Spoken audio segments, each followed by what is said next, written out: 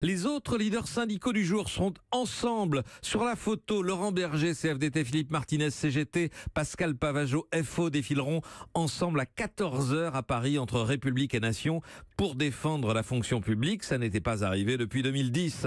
La journée devrait être largement suivie. Perturbations attendues dans les écoles, les collèges et les crèches. Les fonctionnaires redoutent la réforme de leur statut et les réductions d'effectifs, tandis que le gouvernement réaffirme son objectif de 120 000 suppressions de postes sur le quinquennat, dont 70 000 dans les collectivités territoriales. Comment ? Eh bien, par exemple, en obligeant les agents à travailler 35 heures par semaine, ce qui n'est pas encore le cas partout. Exemple à Lyon, avec vous Jean-Luc Boujon. Oui, voilà plus de 15 ans que cette situation est dénoncée par l'association de contribuables lyonnais Canol. Selon elle, les fonctionnaires de la ville de Lyon ne font pas leurs 35 heures hebdomadaires, soit 1608 heures annuelles.